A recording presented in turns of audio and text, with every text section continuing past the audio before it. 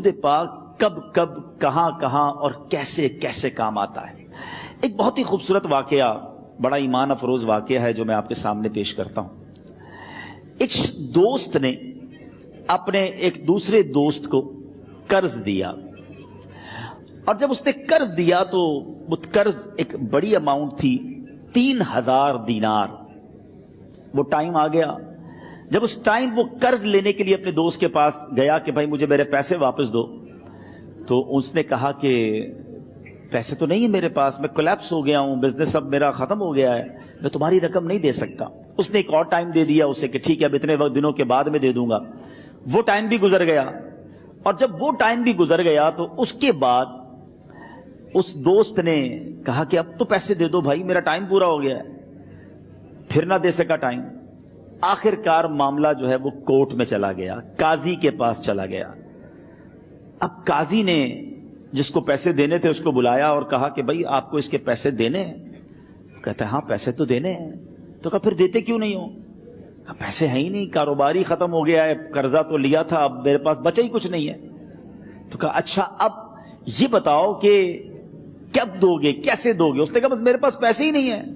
تو کہا اب تمہارے پاس 30 دن کا ٹائم ہے، 30 ڈیز میں یا تو اس کے پیسے لوٹا دو یا 30 دن کے بعد تمہیں قید کر دیا جائے گا.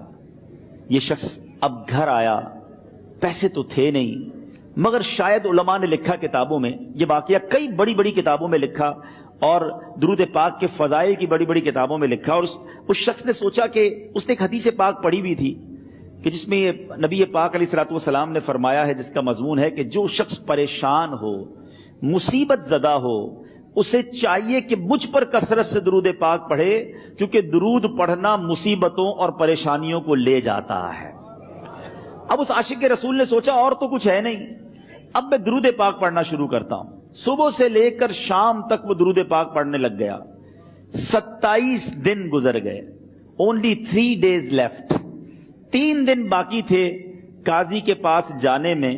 27 دن گزر گئے درود پڑھتے پڑھتے.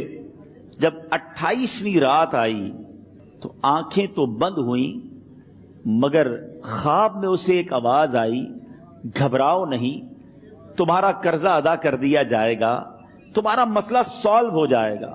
صبح اٹھتا ہے، درود پاک پڑھ رہا ہے، مگر کہتا ہے یہ آواز سے تو مسئلہ حل نہیں ہوگا، پیغام کیا ہے اسے سمجھ نہ آیا. 28واں دن گزر گیا، 29ویں رات آ گئی، مگر اب آنکھیں بند ہوئیں اور قسمت جاگ اٹھی. نبی پاک صاحب لولاک صلی اللہ تعالی علیہ وسلم خواب میں تشریف لائے اور پیارے آقا صلی اللہ تعالی علیہ وسلم نے فرمایا گھبراؤ نہیں، علی بن عیسیٰ وزیر کے پاس جاؤ، وہ تمہارا قرضہ ادا کر دے گا. اب یہ عاشق رسول صبح اٹھا تو ویری فریش، حشاش بشاش کہ اب تو کام ہو گیا، نبی پاک نے خواب میں آ کر بشارت دی ہے. مگر پھر ذہن میں سوال آیا کہ علی بن عیسیٰ کے پاس جاؤں گا تو ثبوت کیا ہے، پروف کیا ہوگا؟ میں جا کر اس کو کہوں گا کہ میرا قرضہ دے دو تو ایسے تو قرضہ نہیں دے دینا. اور میں نے اس کو کہا کہ مجھے نبی پاک نے خواب میں کہا ہے، اور اس نے اگر مجھ سے کوئی نشانی مانگی تو میں نشانی کیا دوں گا؟ آخری دن تھا، 29واں دن تھا، وہ بھی درود پڑھتے پڑھتے گزر گیا. 30th نائٹ آ گئی، صبح وہ دن ہے جب عدالت میں جانا ہے.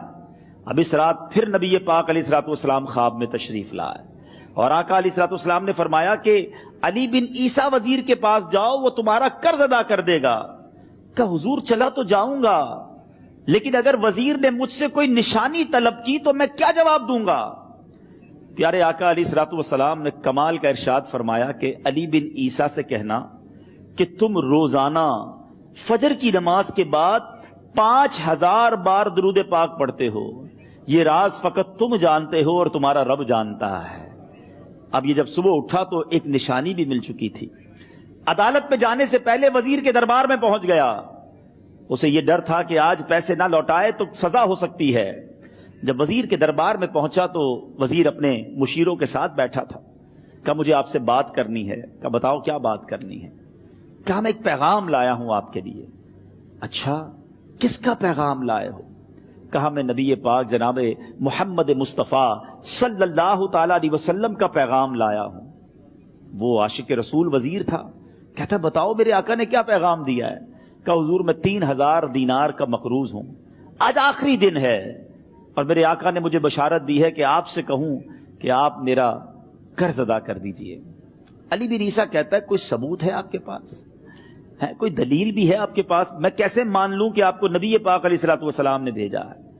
عاشق رسول کہتا ہے خالی ہاتھ نہیں آیا، میرے آقا نے مجھے دلیل بھی عطا فرمائی ہے، مجھے ایک ایویڈنس بھی دیا ہے، اور پروف یہ ہے حضور کہ آپ روزانہ صبح فجر کی نماز کے بعد نبی پاک صلی اللہ تعالی علیہ وسلم کی بارگاہ میں درود و سلام کا نذرانہ پیش کرتے ہیں۔ جب تک 5000 کا عدد پورا نہیں ہوتا آپ اس وقت تک کسی اور سے بات نہیں کرتے، اور اے وزیر صاحب یہ رات صرف آپ کو پتا ہے اور آپ کا رب جانتا ہے۔ اللہ اکبر! وہ وزیر تو جس کو کہے نا جھوم اٹھا، ایسا عاشق رسول وزیر تھا جو روزانہ صبح 5000 درود پڑھتا ہو، اس کی تو عید ہو گئی نا۔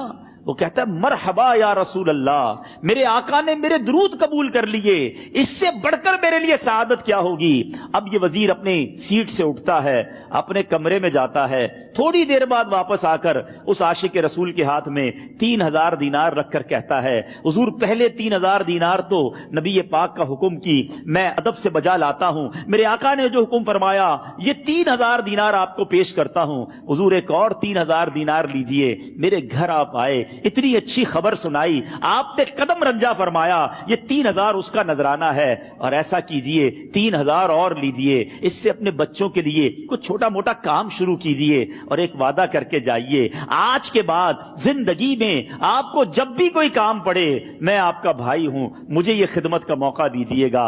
اللہ اکبر! وہ مقروض جو ایک رات پہلے 3000 دینار کا مقروض تھا، ہو سکتا ہے اس کے بیک آف مائنڈ یہ بھی چل رہا ہو کہ اب شاید کل میں نے جیل میں جا کر عدالت میں جا کر گرفتاری دے کر جیل میں جانا ہے، مگر اب 9000 دینار ہاتھ میں ہیں۔ عاشق رسول جھومتا ہوا نبی پاک کی یاد میں گھومتا ہوا اب عدالت میں پہنچا۔ عدالت میں everybody expecting over there کہ آج اس نے آنا ہے اور آ کر کہنا یہی ہے کہ پیسے تو نہیں ہیں، گرفتار کر لو، مگر جا کر اس عاشق رسول نے 3000 دینار جج صاحب کے ہاتھ میں رکھ دیے۔ قاضی کہتا ہے پہلے تو یہ بتاؤ پیسے آئے کدھر سے؟ تم تو کہتے تھے غریب ہوں، تم تو کہتے تھے کاروبار نہیں ہے، ایک مہینے میں اتنی بڑی رقم کا انتظام کیسے ہو گیا؟ سبحان اللہ! اس عاشق رسول نے گویا زبان حال سے یہ کہا ہوگا کہ یہ تو کرم ہے ان کا، ورنہ مجھ میں تو ایسی بات نہیں، اتنا دیا سرکار نے مجھ کو، اتنی میری اوقات نہیں۔ اس نے وہ پورا واقعہ بھری عدالت میں سنا دیا۔ اللہ اکبر! میرے پیارے اسلامی بھائیوں ذرا سوچو پہلے زمانے میں کیسے عاشقان رسول ہوا کرتے تھے، وہ جج وہ قاضی بھی کیسا سرکار علیہ الصلوۃ والسلام کا عاشق تھا۔ اپنی سیٹ سے اٹھتا ہے، بھرے دربار میں بھری عدالت میں وہ اپنے چیمبر میں اپنے کمرے میں جاتا ہے، اور تھوڑی دیر بعد واپس آ کر اس کے ہاتھ میں بھی 3000 دینار ہیں، اور وہ 3000 دینار جو ہے وہ اس عاشق رسول کے ہاتھ میں رکھتا ہے کہ سارا ثواب علی بن عیسیٰ کیسے لے جائے، میں بھی تو نبی پاک کا غلام ہوں، میں تمہارا قرضہ میں ادا کرتا ہوں۔ اچھا، اب ایک اور عجیب سینیریو یہ بن گیا کہ جس نے کیس کیا تھا، جس نے دعویٰ کیا تھا، وہ بھی یہ سارا منظر دیکھ رہا تھا۔ کہتا ہے جج صاحب ذرا رکیے، میں بھی اپنے آقا کا امتی ہوں، اور ایک کام کیجئے قلم کاغذ منگوائیے، اس عاشق رسول کا قرضہ ہی میں معاف کر دیتا ہوں۔ اچھا، اب عاشق رسول نے وہ واپس 3000 دینار جو جج صاحب نے دیے تھے وہ واپس جج صاحب کو دیے کہ حضور یہ پیسے آپ ہی رکھ لیں، قرضہ ہی معاف ہو گیا، اب آپ کے پیسے کا میں نے کیا کرنا ہے؟ جج صاحب کہتے ہیں جو پیسے نبی پاک کے نام پر نکالے ہیں اب مجھے واپس نہیں چاہیے، یہ بھی تم اپنے ساتھ لے جاؤ۔ اللہ اکبر! میرے میٹھے اسلامی بھائیوں، وہ عاشق رسول ایک رات پہلے 3000 دینار کا مقروض ہے، اب 12000 دینار لے کر گھر کو واپس جا رہا ہے۔ اس ایک واقعے کے اندر جو ہم سب کے لیے درس ہے، جو ہم سب کے لیے پیغام ہے، شاعر لکھتے ہیں نا، دکھوں نے تم کو جو گھیرا ہو تو درود پڑھو،